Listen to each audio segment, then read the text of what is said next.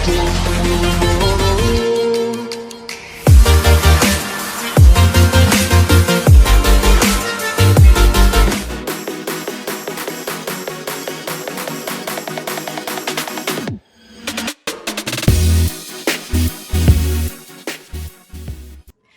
morning to one and all present here. Welcome to the day 2 of NUE Media Connect, hosted by the Journalism and Mass Communication Program, Navrachna University.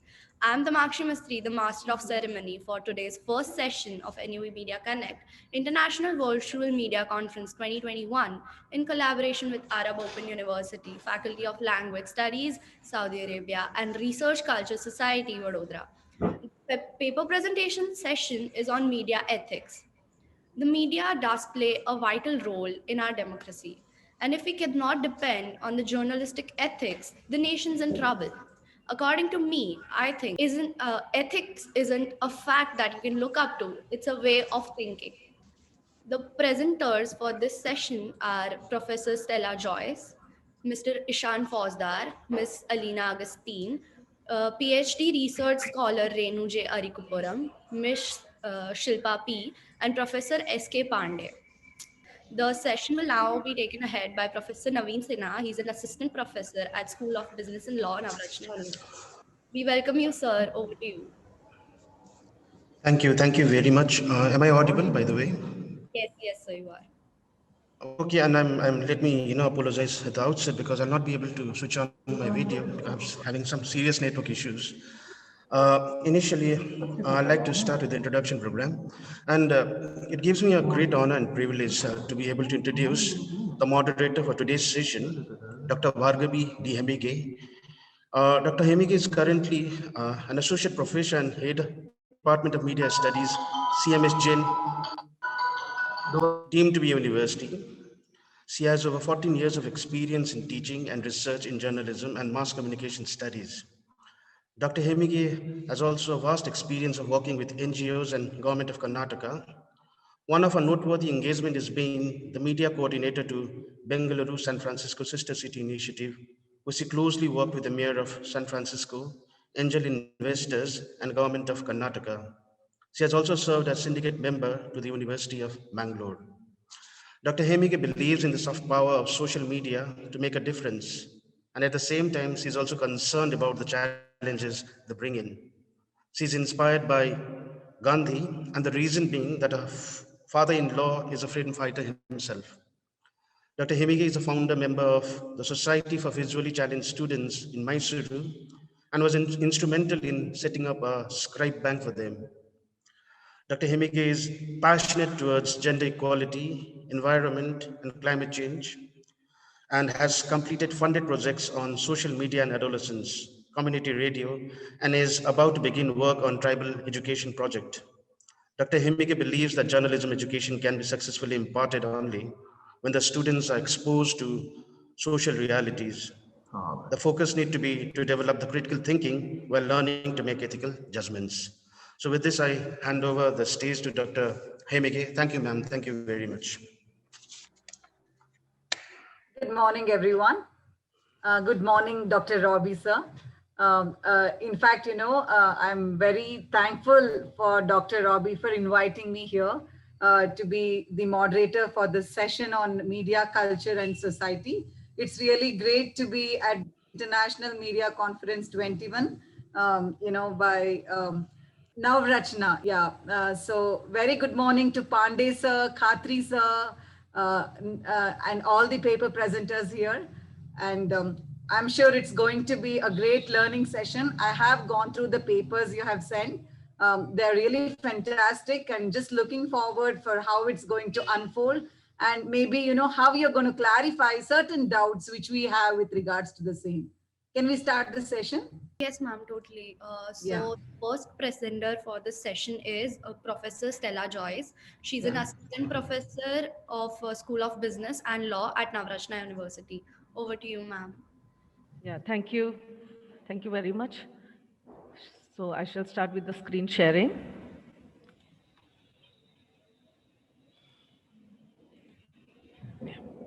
Hope my screen is visible to all. Yes, ma'am. Yeah, thank you. A very good morning to one and all. Myself, Stella Joyce, faculty, Navrashna University, School of Business and Law, Law Department. My topic for the day is impact of fake news while during the spread of disaster in information of freedom of speech and expression perspective. I just want to just give you a brief content, a brief idea about how the freedom of speech and expression actually is a very important philosophy in our life, where it forms a very basic rule and a policy governing all of us. So as you can see, the Universal Declaration of Human Rights of 1948 lays down Article 19 relating to freedom of speech and expression, the International Covenant of Civil and Political Rights, 1976, again Article 19, and in India we have Article 19(1)(a) of the Indian Constitution, which is protecting or which is giving you the right of freedom of speech and expression. So further down, I can say that freedom of press and media and electronic media and social media forms a very important fourth pillar of the democracy. So here I have, for your information, I have stated down the freedoms which is imbibed in 19(1)(a) of the Indian Constitution. So we have freedom of speech and expression, which is holding an utmost category because whatever the topic is, we will be taking along with it. But when you are given a freedom, there is a limitation to everything.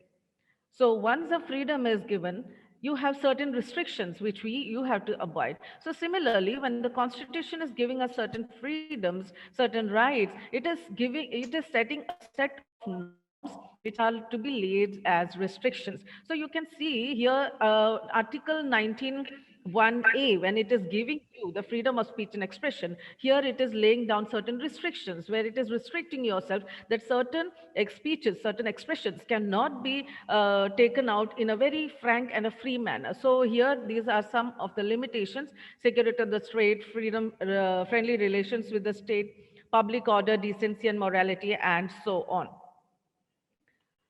Now, coming to the main topic for the day, that is freedom of media and news channels. As I said, freedom of media is enshrined in the Indian Constitution, is not an absolute right. It is one of the parts which is enshrined in the freedom of speech and expression. So, formally, as I said, forming the fourth pillar of the democracy, it is forming a very important part of the whole system. Now, media includes the print, the electronic media, and nowadays we are not away from anything which is known as social media. Everyone is a part of it. 99% of the population of the world is associated with the social media. Coming to the news channels, which forms a very important and an unbreakable part of our life, daily life, uh, it plays a very important role for disseminating the information through the various news channels, whether it be the radio, the TVs, or the various online social medias and so on.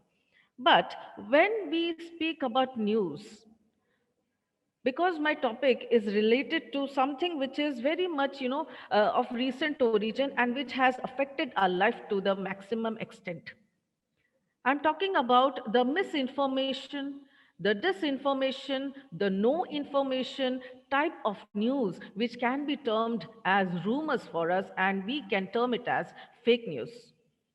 Fake news, when it comes to us, it occurs because of sudden shocks, which we can name it as the emergencies. So further down, according to the Indian laws, we have certain case laws which will be supporting this aspect of the information, the freedom of the press and media, and the restrictions. So the first case which I have considered is the Union of India versus Association for Democratic Reforms. There you can see what I said, the fake news, right? One-sided information, disinformation, misinformation, and non-information, all equally creating an uninformed citizenry, which makes democracy a farce. So it actually disturbs the whole democracy, and it brings the government to such a standstill where it has no say. Second case study which I have taken is the Indian Express versus Union of India, wherein it is saying that that press plays a very significant role in the democratic machinery. So the courts have the duty to uphold the freedom of press and invalidate all laws and administrative actions that abridge that freedom. And lastly, I have taken the IPC, which speaks about the main thing over here. If at all any words or either spoken or written, signs or gestures or visible representations brings the government to a standstill, it shall be punishable with imprisonment for 3 years or fine. Now, coming to, as I said, the much affected part of our life, which we have observed in the 2020, where it was playing an IPL with us, right? So we were most of us, including our children, they were always exposed to news and news channels. So WhatsApp news, the news channels, and the various other forms. So disaster was amongst us.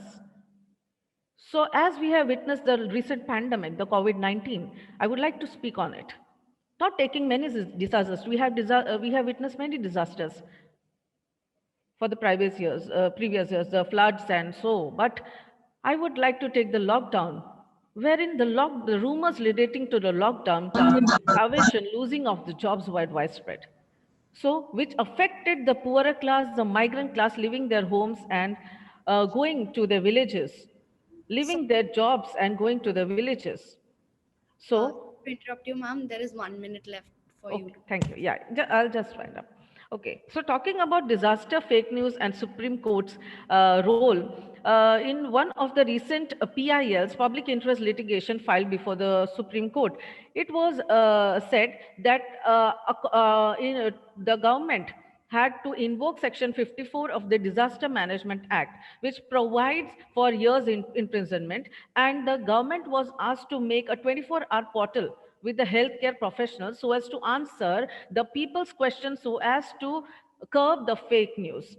So this was a strict action which was taken by the Supreme Court. So Supreme Court further laid down saying that Section 67 of the 2005 Disaster Management Act directs the media to carry any warning or advisories regarding the threatening disaster situation or the disaster. So these were some of the steps which were taken to curb the fake news. So lastly, I would say, conclusion, that the role of the government plays a very important role in curbing of the fake news. Secondly, breaking news sometimes portrayed as a fake news are to be misunderstood, and it should be having a proper check by the promoting authorities before it is broadcasted. Strict action should be taken against the individual or the company spreading it. And lastly, my suggestions.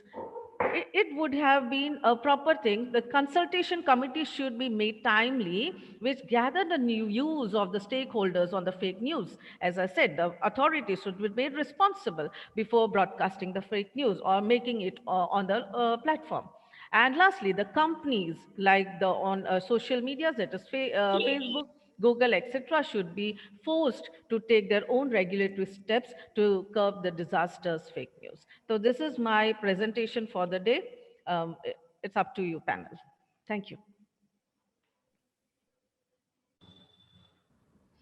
Thank you so much, ma'am. Okay, so now we have our next paper presenter, who is Mr. Ishan Fauzdar. He's a BA JMC, BA Journalism, Psychology and English student from Christ, deemed to be university. Over to you, sir. Thank you so much there. So good morning, everyone. My name is Ishan Fauzdar. I'm from Christ, deemed to be university, and my paper is about Kashmir journalism and two laws, which are namely Unlawful Activities Prevention Act, UAPA, and the AFSPA, Armed Forces Special Powers Act.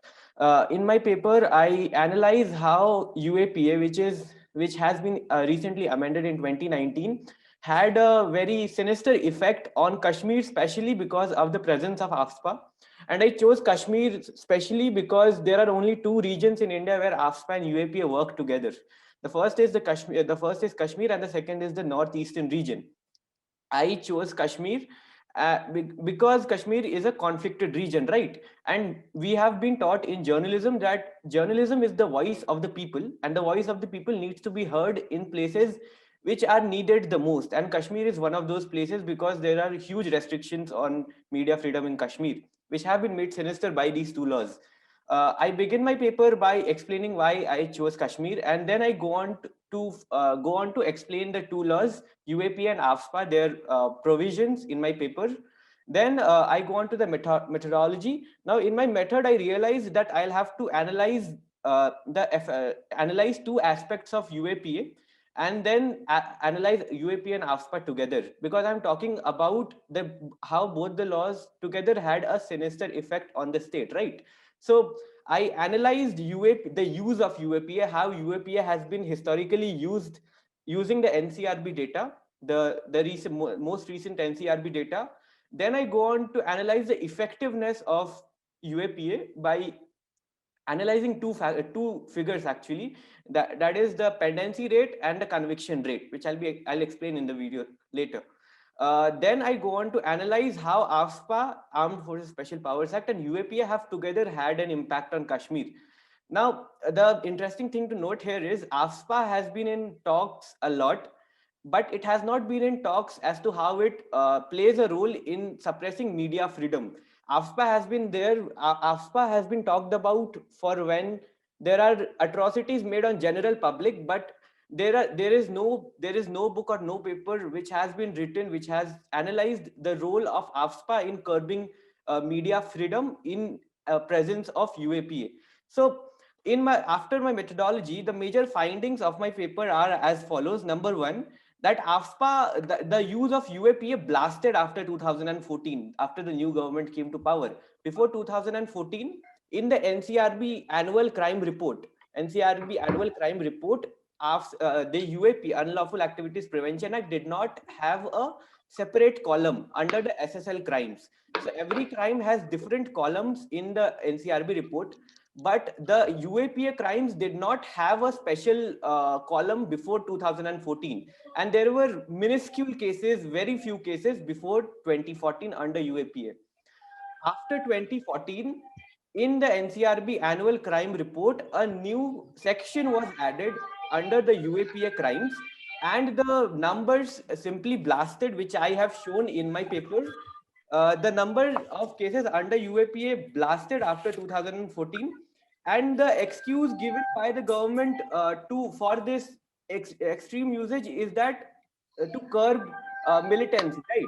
Now, to analyze a law, if it is effective or not, we look at two rates: conviction rate, pendency rate. Conviction rate is the number of people who are found accused under the law and who are actually found guilty by the court of law.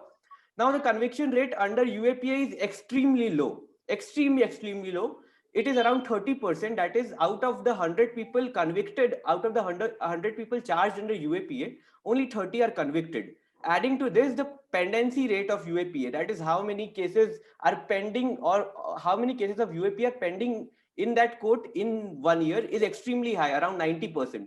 So this makes UAPA a harassing tool for the government, because getting bail under UAPA is very hard and the conviction rate is very low. The pendency rate is very high. Hence, UAPA is not effective. And hence, this excuse that it is an effective law for suppressing militancy goes out of the window. Finally, I analyzed the use of UAPA in presence of AFSPA, and I find that AFSPA has a huge physical as well as psychological impact on the journalists, and this psychological and physical impact is made worse when UAPA comes into play and makes even doing genuine journalism work a thing of terrorism, a thing of unlawful activity. Finally, I go on to why Kashmir needs reforms. Kashmir came out with a new media policy in 2020, DIPR.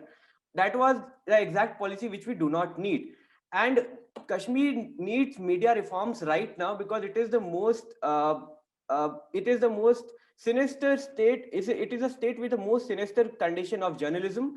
Journalism is there for telling the voice of the people, and if bars are put under it and it is made a propaganda machine, then it is indication of a totalitarian state, which we are not. We are a democracy, right? So that was my paper. That was my presentation. I leave it up to the panel now. Thank you so much. Thank you so much, sir. Okay, so now we have Miss Alina Agustin, BA in Journalism and Mass Communication at Navrachna University. Over to you, ma'am. So my research presentation is a study on fake news in media by Alina Agustin and Dr. Robbie Agustin. So by introduction, fake news and its variants are conveniently sold as facts by media. This includes manipulation of facts in favor of populist leaders. Fake news in Western politics mainly appeals to emotions, creates an anti-non-elite sentiment, and distorts history to fit narrative of a glorious past. Whereas in India, fake news issues are far more vicious and leads to deadly communal violence. The very existence of fake news not only affects the physical safety of individuals, communities, but also marginalizes genuine journalism. The method used is qualitative analysis from existing literature, news reports, and research articles. Findings. Case studies from global scenario, a historical incident from Trent, Italy in 1475. As a result of fake news and media lies, a 2.5-year-old boy Simonino went missing. Bernardo da Feltre, a preacher, said in his sermon, the body of the boy was found in a Jewish residence. The Jewish community killed him, drained his blood, and drank it to celebrate Passover. In response to this, the Prince Bishop of Trent immediately ordered the city's entire Jewish community arrested, tortured, and forcefully converted to Christianity, culminating with 15 Jews being found guilty and burned at stake. Paranoia as a reason for fake news. In the American context, paranoia is asserted to be the reason by intellectuals for the widespread misinformation. During the reign of Bush and the ongoing tensions with Iraq, pollsters asked Americans on their stand at invading Iraq. A slim majority expressed support for an invasion if President George W. Bush thought it was necessary. Americans' willingness to go to war depended on what they believed was true of Iraq. Contrary to the fact, most American believes that Iraq was aligned with Al-Qaeda, the terrorist group that attacked the United States on September 11, 2001. Pizzagate affair in USA.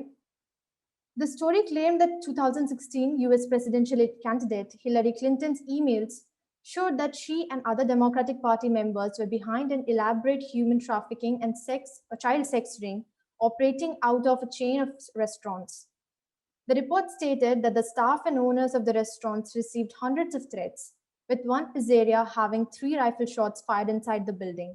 When arrested, the shooter stated that he wished to self-investigate the business after reading the article. The vast violence against Rohingya Muslims. The vast number of people fleeing into Bangladesh and various reports of burning villages, rape, and extrajudicial killings were reported. There are evidences that fake news and misinformation spread through Facebook helped to fuel modern ethnic cleansing in Myanmar, where Rohingya Muslims were treated brutally. Even Facebook itself admitted that their social media platform was misused for inciting violence against the Muslim community. US and Trumpism. Donald Trump massively abused Twitter for spreading fake information. PolitiFact found that about 70% of Trump's factual statements actually fall into the category of mostly false and untruth.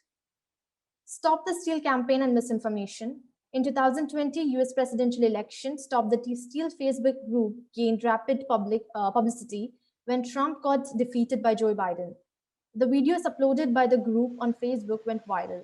Republicans highlighted that this as an evidence for illegitimacy in voting. The statements were baseless and without any solid proof. Case studies from India. Indian mainstream media, fake news and polarization.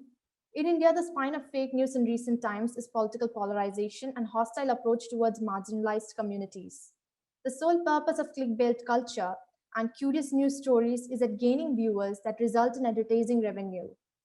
Political gimmicks by populist leaders via big media houses with the backing of industrial giants leads to censored news that suit their agendas.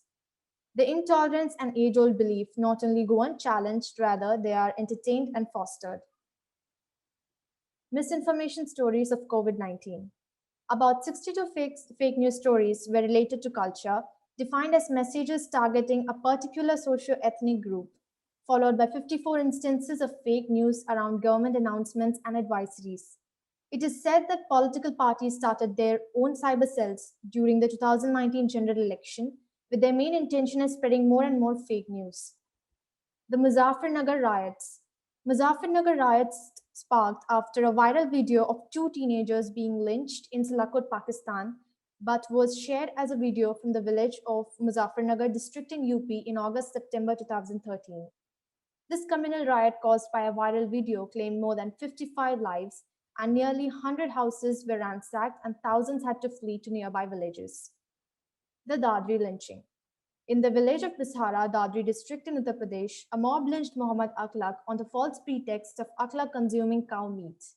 An angry mob grew out of nowhere and raided Akhlaq's house. The mob assaulted Akhlaq to death, no questions asked, whilst the family cried, pleading it was goat meat and not cows. Later found that it was only a baseless rumor. I'm so sorry to interrupt you. You have 2 minutes left. Okay. The Cobra Post sting operations, where big media houses were exposed, like Times of India, India Today, Network 18, Hindustan Times. The role of government and social media companies, the aim of creating fake news is often to simply capitalize on revenue accumulated by advertisements on websites. Indian media silenced after the death of Gauri Lankesh, Narendra Dabolkar in Pune, Govind Pansara. It has become as the state-sponsored murder became continuous in the country. India's current government has also imposed the strictest restrictions on foreign journalists and have banned them from hotbeds of unrest, such as Northeast India and Jammu and Kashmir.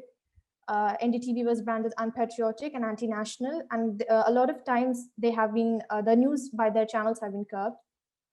Conclusion: we conclude that misinformation and spread via social media as well as mainstream media, it upsets the society in several ways and blocks development. Indian media too must do introspection as it incites violence and sidelines genuine news reports by spreading fake news. Thank you. Thank you, Ms. Alina. We have now Miss Shilpa P, MA in Mass Communication and Journalism, Reva University, Bangalore. Yeah, I'll just share my screen. Okay.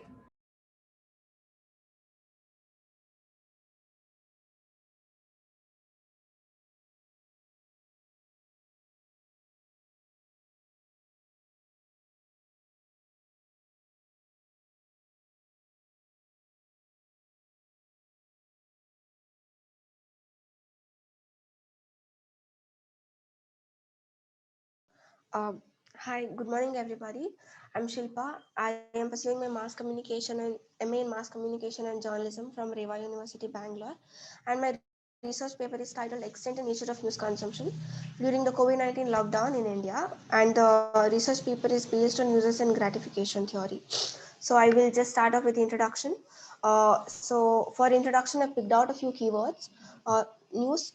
News is any piece of information that we find that that are about ongoings of the like any events that's happening around us. News can be domestic, regional, international and national. And what is news consumption? News consumption is how a person or how an individual consumes news. So basically there are two types of news consumption: direct and indirect news consumption. Direct news consumption is when you go in search of news, whereas indirect news consumption is where news finds you. And nature of news consumption is how we access to the news that is in front of us. In the sense, what is the medium that we use to consume news? So next is COVID-19 lockdown and use and gratification theory. The COVID-19 lockdown, by this time we all know what COVID-19 is and what lockdown did to us. So I will just look into the impact of news consumption, impact of COVID-19 lockdown on news consumption habits in people. What I personally saw during this lockdown and what I read about was people who were least bothered or least interested in consuming news before the pandemic started actively consuming news during the lockdown, during the pandemic, and even today. Use and gratification theory, it's a communication theory, and it provides an audience-based approach to the theory, and it focuses on what people do to media and why they prefer certain media over others instead of what media does to people. So let's start off with a review of literature.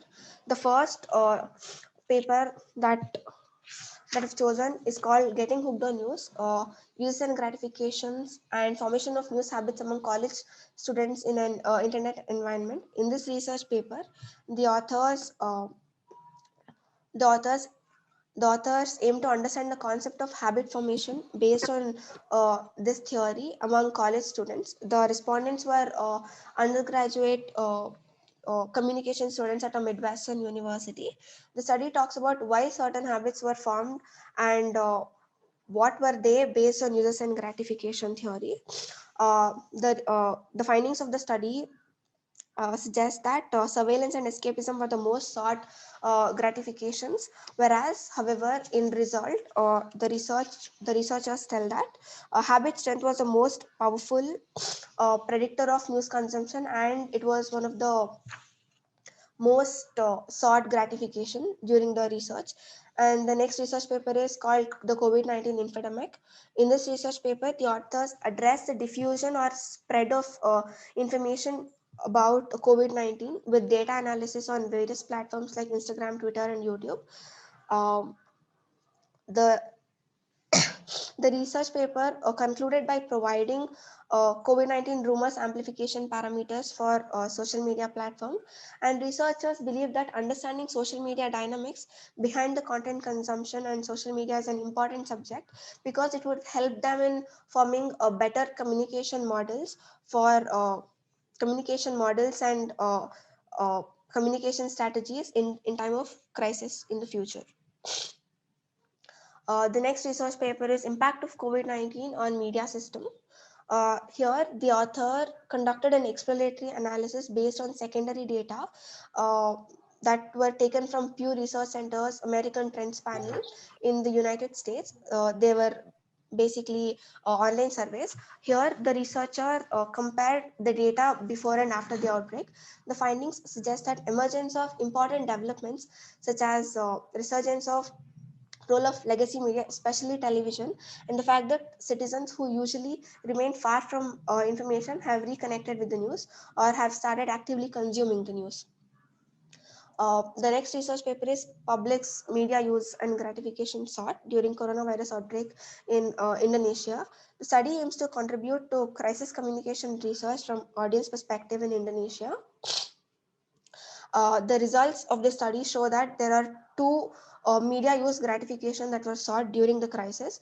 The first one is information and direction gratification, whereas the second one is entertainment and comparison gratification.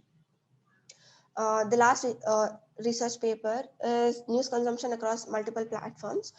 This study uses a collection approach to news consumption in complex contemporary media environment. This approach emphasizes on patterns of multiple media use rather than single media use for accessing news. This is an exploratory analysis that identifies both complementary and converging patterns of media by the respondents. So the objectives of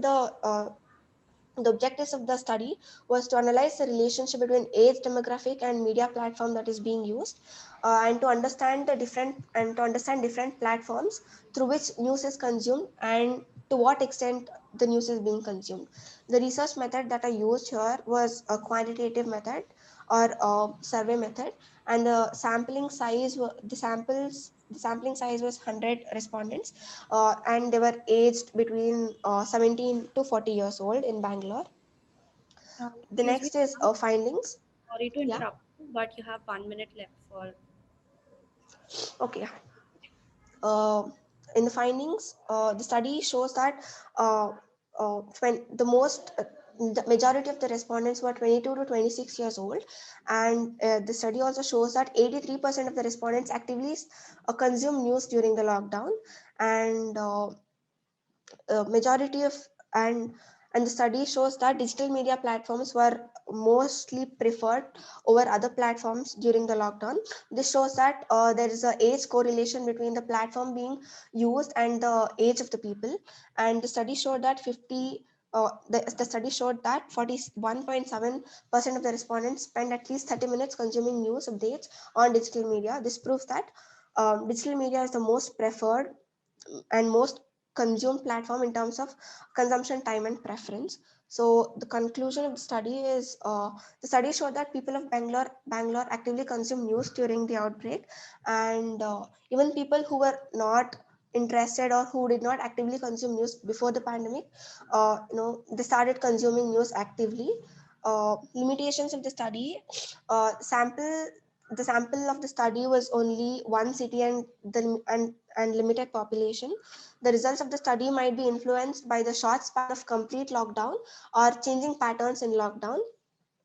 The study also does not consider the effectiveness of the news awareness among the sample or the respondents. Scope of the study is only confined to one city with varied age groups, which made responses very similar and ambiguous. Further studies could be conducted to study and understand why they seek gratification or prefer a particular media platform for their news consumption. Thank you. Thank you so much, ma'am. Now moving ahead, the next paper presentation Stop sharing the screen. is by Professor S.K. Pandey. He's an associate professor in mass communication at SGT University, Gurugram. Over to you, sir. I'm S.K. Pandey from the Faculty of Mass Communication and Media Technology, SGT University, Gurugram. I hope my PPT is on the screen. I hope my PPT is on the screen. Yes, sir. Yes, sir. It's visible. Thank you.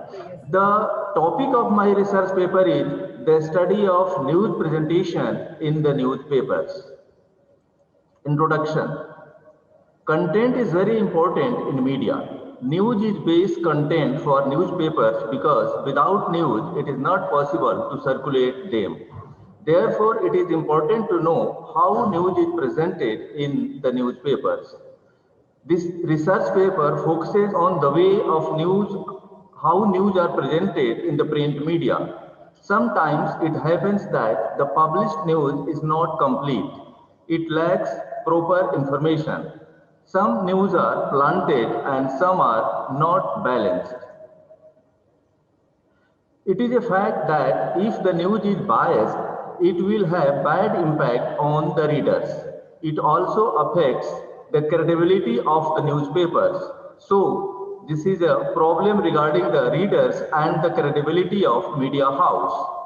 This research paper focuses on the style of news presentation in the newspapers.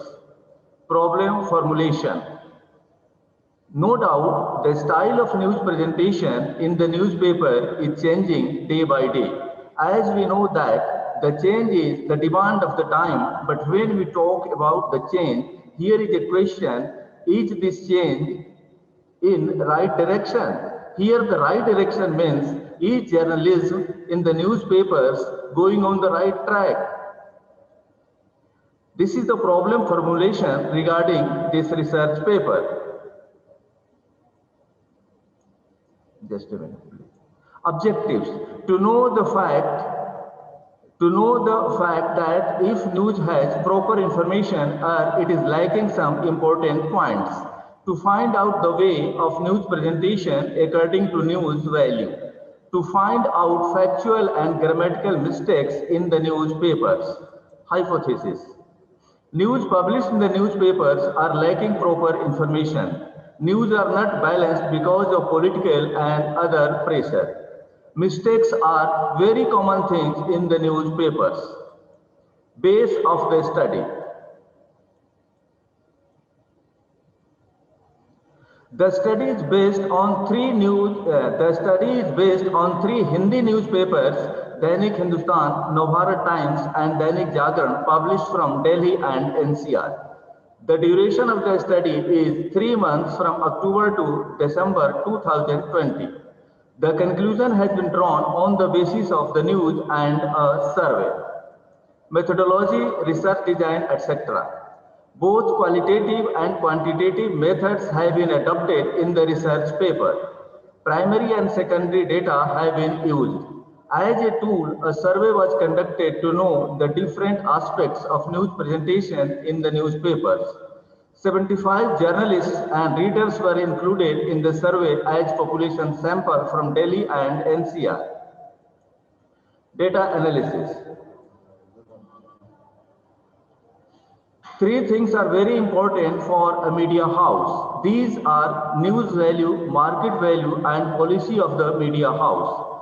It is a fact that news is not always decided according to news value. In the age of journalism as mission, the news value was on the top priority, but in the age of business, the policy of media house is deciding everything.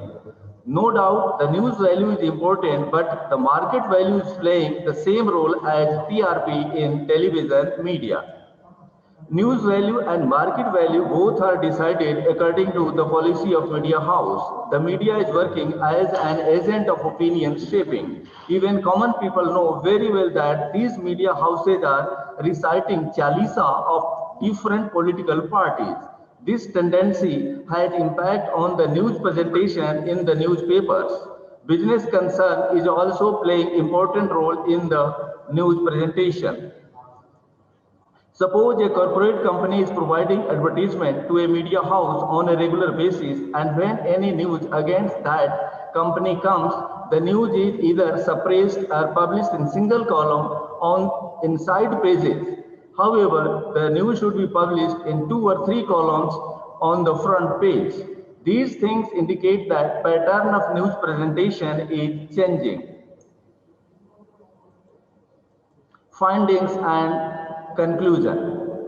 These are the findings of this research paper. 15% news are not treated according to news value. 10 to 12% news are either suppressed or published in the single column in spite of news value. 8 to 10% news are not in balanced form. It means that they are one-sided. The opinion of other side has not been taken in these news. I am so sorry to interrupt you, sir. You have 2 minutes left. Okay, ma'am. I will finish within 2 minutes, ma'am. Some news published in the newspapers are lacking proper information. 8% news are in this category. 10 to 15% news have factual mistakes, and 18 to 20% news have grammatical mistakes. And add the importance of the study. This research paper may be useful for the media persons, media students, researchers, and other people of the society, because media is considered as the fourth pillar of the democracy. Therefore, the research paper which focuses on the news presentation of the newspaper will be eye-opener for media. As we know that people are raising question marks on the theme of presentation of media, so the topic of this research paper is relevant. Thank you so much. Thank you. Thank you. Sir.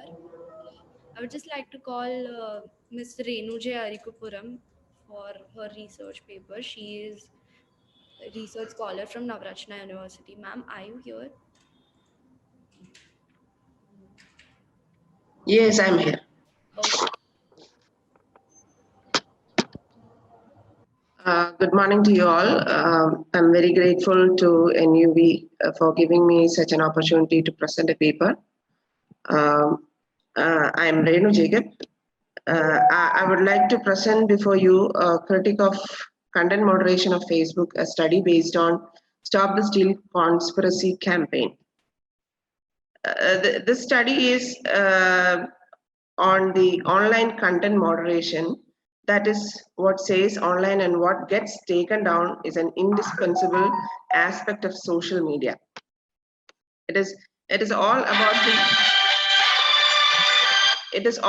the content in the social media like Facebook, Twitter, and all. And nowadays they are disseminating so many fake news as well as unwanted news items, which most of the people believe. And a recent study of the 2020 US presidential election and the riots followed by the election is a most relevant example I can show before you. A campaign named Stop the Steal promoted the conspiracy theory that the Democrats were trying to steal the US presidential election. The false claims were made even through the Democratic presidential candidate Joe Biden had a clear majority. The misinformed pro-Trump team was not ready to accept the election results as such.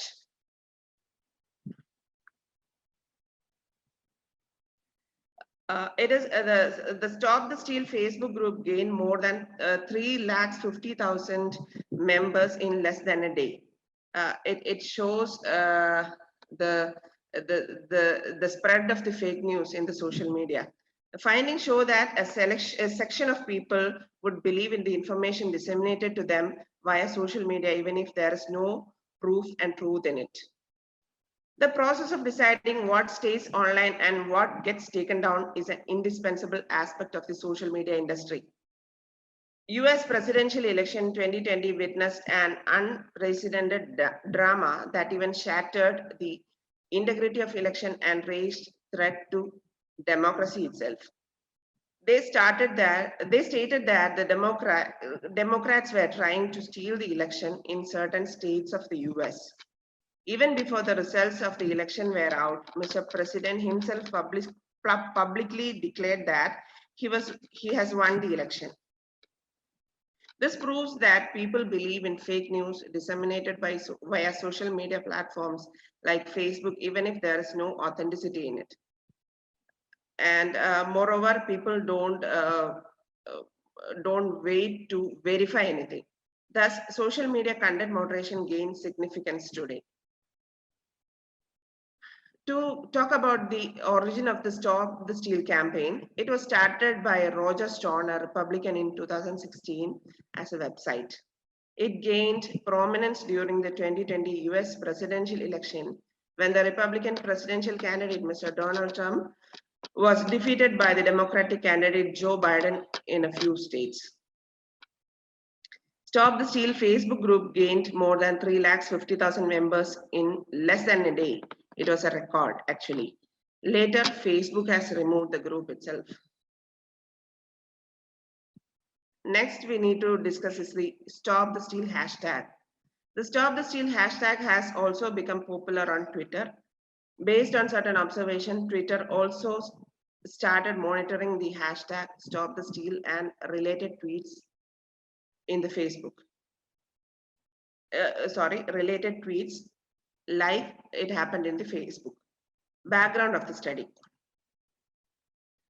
To discuss the background of the study, this presidential election and things happened after the election is not a rare incident. And there are numerous cases in the US politics as well as other parts of the world and in certain other occasions. Targeting the Rohingya Muslims through Facebook is the best example to be cited here, which resulted in exiling them forcefully from Myanmar, from their own country. Social media imperialism of the Silicon Valley giants such as Google, Apple, Facebook, Amazon, and Microsoft is a major concern today. In this context, the moderation of social media is a debatable topic. The significance of the study is that the billions of posts are uploaded in the social media and more than 10% are fake or blunders, that they are proved to be blunders or fake. This is due to the social media business model, increase in misinformation, escalation of offensive content, more users but less content moderators. That is Facebook or Twitter, they have a very less number of content moderators to filter all these contents they get. I'm so sorry to interrupt you, ma'am. You have 2 minutes left for your... Oh, okay. I'll conclude it very soon. The research problem can be the conspiracy theories instigated with hidden agenda, geoparadises, the credibility and reliability of the entire media as such. And the objectives can be explained like to analyze Stop the Steal campaign and its negative impacts upon the democratic society, and to critically examine the objective of the study adds to a critical examination of different issues of existing content moderation practices on Facebook, and moreover to study the need of content moderation policies in social media platforms. thank you all for listening to me for a few minutes. Thank you very much. Thank you so much, ma'am. Now I would like to request Bhargavi ma'am to take over for the question answer session. Yeah. So let me start with the last presenter, okay? So because it's just fresh. Ma'am, I feel that, you know, you need to put in, can you show your objective slide, ma'am? Renu ma'am is the one who presented now, right? Yes, ma'am. Okay. So ma'am, are you here? Yes. Yeah, ma'am, good study. But what I feel is, you know, for a conference presentation, okay, I think so many objectives, you know, may not help. Maybe you could have just focused on one objective, like, you know, maybe just to analyze the Stop the Steal campaign. I mean, this is what I feel, because, you know, we need to take one aspect and do justice to that. This was my view, because, you know, you had 3 objectives, and did you get the result for your objectives? A part of a bigger study? I just want to know that. Okay. It's like fact checking has to be done, and it's all about content moderation. All these 3 aspects are related to content moderation itself. So everything relates to the same. No, I'm not denying whether it is about content moderation or not, ma'am. But the whole idea of research is, you know, having a problem and trying to find solution to that problem. So, you know, you had 3 objectives. I just want to know if all the 3 objectives were satisfied, because it was not very clear in your presentation. Okay, okay, all right. It is not satisfied that the content moderation should be better. I'm trying to say that better content moderation is needed, and the problem is not yet solved. Okay, fine, ma'am. So anyway, but somehow I was not, see, the presentation was not very clear, ma'am. What the research problem was and the objectives and the results, I don't think it was in line. Okay. So see, basically, you know, the whole idea of presentation is to kind of evolve out of it, or, you know, to see that, you know, we don't do the same mistakes again, right? Okay. And also, you know, I would suggest you to keep it very crisp from the, you know, from your, in your future presentations, and just bring in your objectives in the beginning, and then kind of analyze and tell us, you know, how your research methodology or how your design supported your objective. Okay. Okay. All right. Somehow it was not in line, ma'am. You know, so you cannot justify somehow I could not see any justification with regards to your objectives or research questions being fulfilled in your presentation. Okay. So Professor Robbie is here. Do you agree with me, Professor Robbie? Actually, you know, you could go to the analysis, you know, part. The analytical thing, you know, that go to that slide, you know, when you go to those slides, you know, the analysis part, you know. If you have gone through the analysis and all, then you would be able to tell that, okay, because of the analysis, you know, 1, 2, 3, 4, 5, we can prove that the objectives, the hypotheses are, you know, satisfied or proved. I think we couldn't even go to the analysis in an in-depth way. She was stuck with the introductory part. That is why, you know, that this is.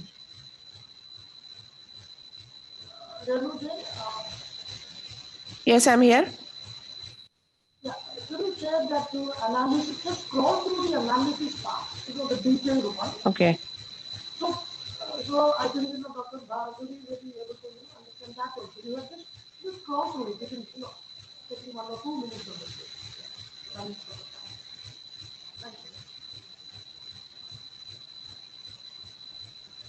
Let's go to the 4th chapter.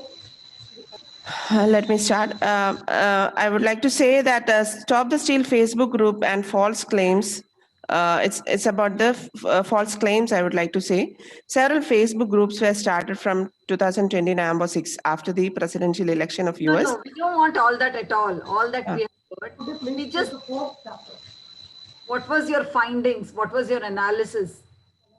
We just quickly you can tell, ma'am.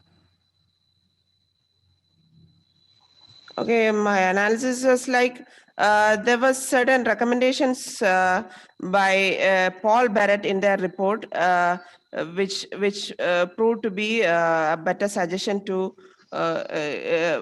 really cure this situation. That is, Facebook need to bring better content moderators in house. That is, they nowadays they are outsourcing it to other companies to moderate their content.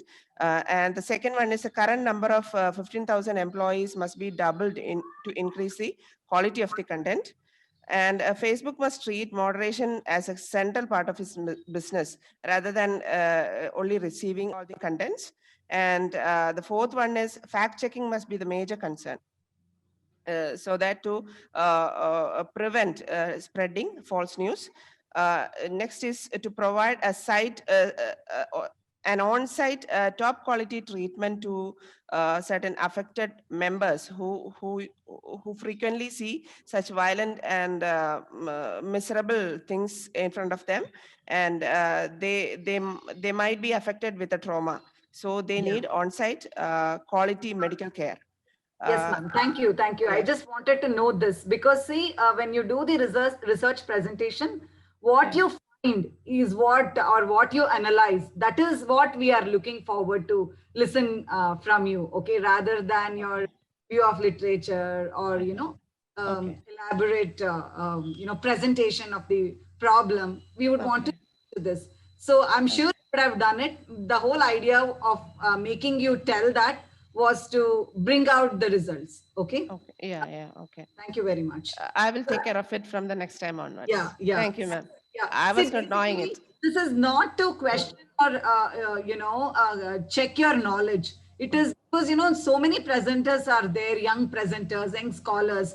They all should know what is important and what is not important. And if you do mistake, then what happens is the same culture is carried out to the next presentation. Is it? Yeah. Okay. That's right. Because even I'm presenting a paper for the first time. Exactly. So I could notice that, and sorry, otherwise I would have failed my duty if I had not pointed out. Yeah, you are right. You should do it. Thank you for the advice. Thank you very much. Thank you very much. So Professor Pandeyji, your presentation was very nice, sir. But I just have one query. It's not a question. It's because you're a very senior professor and I don't have any questions to ask you. I just want to add my knowledge, that's all. So, sir, your sample size, you said, your news value and the market value, the findings were based on both a qualitative and quantitative study. This is what you do. So I just, isn't it? Yeah, ma'am. Two things have been included in my research paper, ma'am. One is a survey that is based on digits numerical, and another is the study of the news published in the 3 newspapers. Dainik Hindustan. I think you did a content analysis of that. Yeah, ma'am. Yes, sir. Yeah. Yes, sir. Tell me. I was part of Hindustan Times for 18 years in Hindi newspaper. I worked as a chief sub-editor. And for 10 years, I am in the field of study. Awesome. That's really nice, to have a journalist on board. So thank you, sir. Actually, it's a very relevant study. And I think we need to make our students also, these kind of presentations, because ultimately everything in this world revolves around the news presentation, isn't it? The news presentation is done is where the whole, because news consumption or news visibility or news presentation is the primary thing, and we don't give importance to that. Yes. We just teach news values theoretically, but the application of it, we don't teach as journalism teachers. Journalism studies actually kind of give visibility to how news values are applied in studies. Yeah. And ma'am, important part is market value. And this is new fact. Market and everything is decided by the policy of the media house. I really like the word market value. You're using market value. I think it is a value addition to all of us. Yeah, value addition. Given or focus to market value. Market value. So, but I want to just ask you one thing. Don't you think this news presentation, market value, and the policy of media house would have been better if you had interviewed the owners of the media houses? I'm just asking you. Who could have come there? It is important, but now it is very hard task to talk to owner of the media house. I know it is on not this possible. issue. But I just wanted to ask you. In near future, I will try my best to conduct interviews. Correct, na sir? Don't you think that reality would have come out? Yeah, ma'am. You have given a new idea for me. I will conduct interviews of at least 10 owner of the media house. At least some. Because that will bring new knowledge to all of us. What we actually think with regards to news value and market value. And how it acts on the policy making, how it translates to policy. Yeah, your suggestion is good, very good, ma'am. Thank you, sir. Thank you, but very interesting study. I just wanted to give suggestion. That's all. Thank you, sir. Thank you so much. So, Shilpa, ma'am. Yes, ma'am. Robbie, sir, you want to add something? Sorry, you want to add something? No. Stop. All right, sir. Fine. Yes, sir. So, Shilpa, ma'am, you said that people who were not interested in news started actively consuming news during the outbreak. Yes, I think it was one of your findings. Ma'am, my small question to you is, how did you establish that? What was the scientific way? How did you bring out that? I just want to know, ma'am. Okay. So one of my questions in my questionnaire was, one of the questions was, were you an active consumer of news before the pandemic? And then the following question to that was, did you actively consume the news during the pandemic? So for the first question, I think my answer was around only 14 to 15% said yes, that they consume news before the pandemic or before the outbreak. Whereas during the outbreak, during the lockdown, around 83% of them told that they actively consume news during the outbreak. So from that, I could gather that people actively started consuming news during the lockdown or during the outbreak. Shilpa, you are a MA student, so I can take liberty. Next time when you say, don't use the word I think, you are a researcher, okay? You have to be certain when you say 14%, 15% or whatever the percentage which you got there, you say said that. With certainty you have to assert, okay? You cannot just say, I think. It is not, a pigmentation of somebody's imagination. This is all about research. And we are all serious researchers, social scientists, okay? So it's just my suggestion, dear, to you, okay? Because you're... Thank you so much. Never say I think.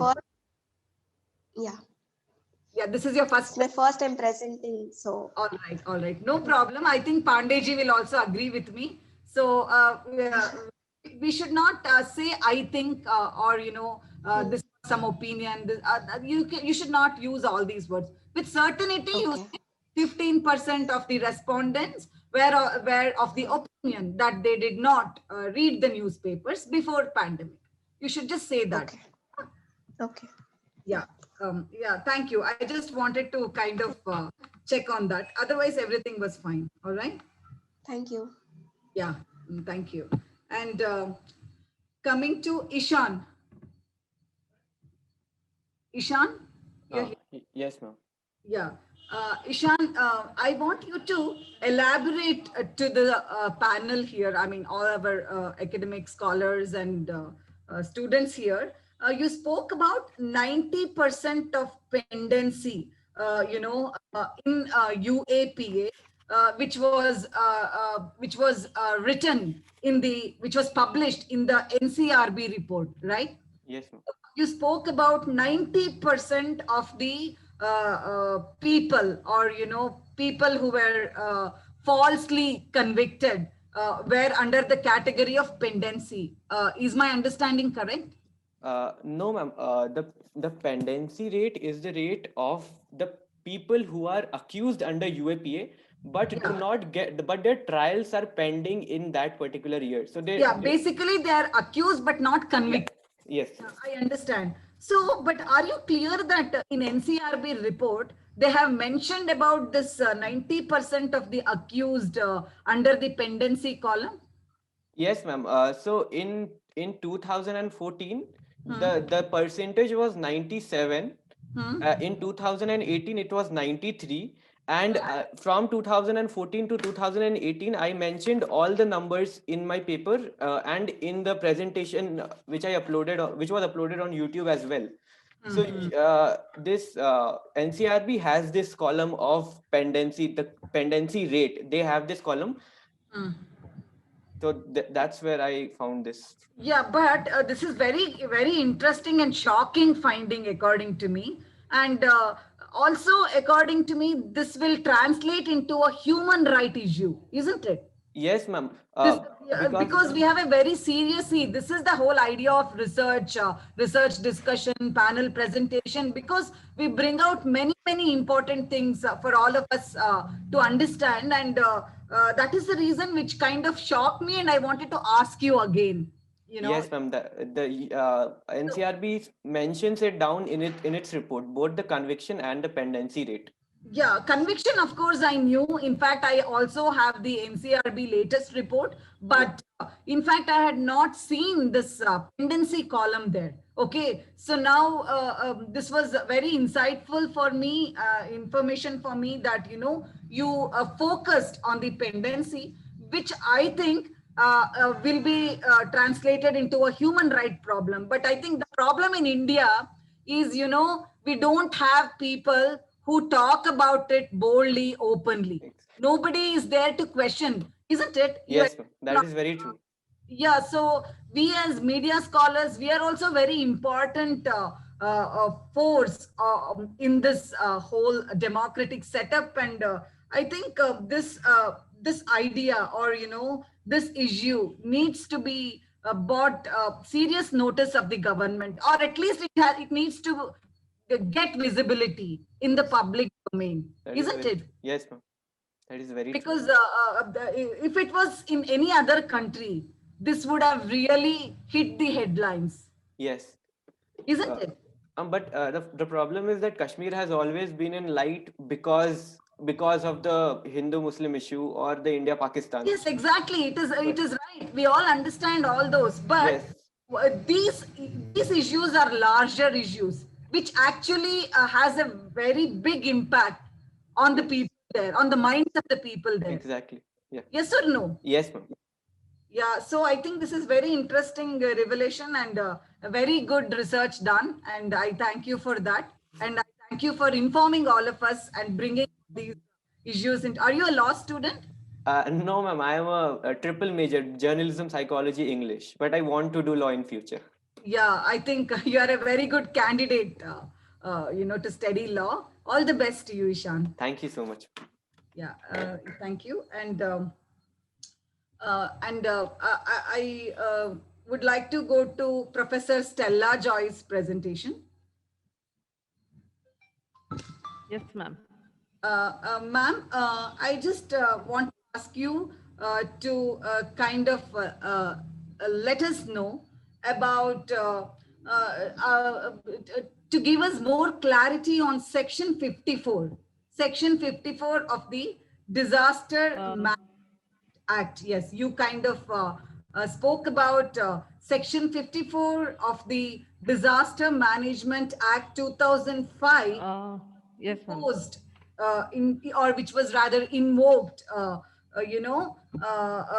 to stop the fake news. Is that correct? Yes, ma'am. Yes, ma'am. So Section 54 was imposed, it was said from the Supreme Court that the government should take up strict actions And it was also ordered that the government should look into and have a consultation with the health professionals before they release any findings or any news. Because most of the times it is felt that whatever news, because at that time it was mainly relating to the deaths and the number of cases which has increased, and that was creating a havoc in the society. So most of the most affected were the migrant workers, because Yeah, it was we know. said that lockdown is going to happen and it is going to extend. Actually, in every place the scenario was not the same. It was Okay. differing from place to place. Like in Ahmedabad and Baroda, we had large in numbers, but when it came to other cities, it was not so much. So people started panicking, and to stop this distress, it was observed from the Supreme Court that this particular section should be invoked. That Invoked. is, But yes. ma'am, is it still on? Is it still on, or was it only temporary? No, ma'am. It is not on in all the places. It is not there, because Oh. now the life has come to a standstill, because people are coming back. So it is not so. But in some places which is still persistent, the Okay. COVID cases are increasing. It is there.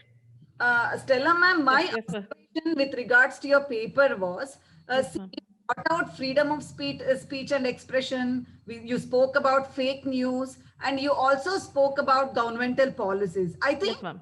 if you had just focused on fake news, this could have been a perfect paper. But invoking the freedom of speech and expression, when you do that, I think you have to bring out the interplay between the freedom of speech and expression and fake news in the panel. Sure, So sure, ma'am. not there. This was missing. So Okay, okay.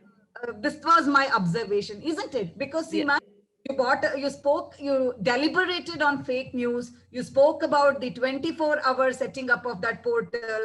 You spoke about media briefings. You spoke about Section 54 being imposed. All that was fine, ma'am. But when you talk about in the objectives or introduction about other cases related to freedom of speech and expression, you also spoke about the Indian Express case.